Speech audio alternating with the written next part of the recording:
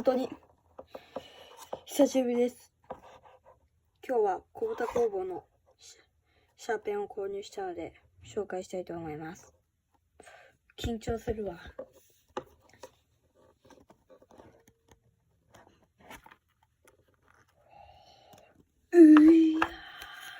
普通に嬉しい。買った時さ、普通に嬉しかったの。これね、シールね。木軸ペンのなんか注意。これ、小豚工房のシャーペン入れるやつかな。これですよ。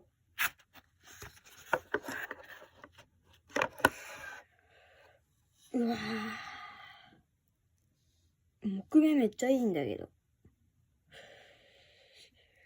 これを勉強に使いたいと思います。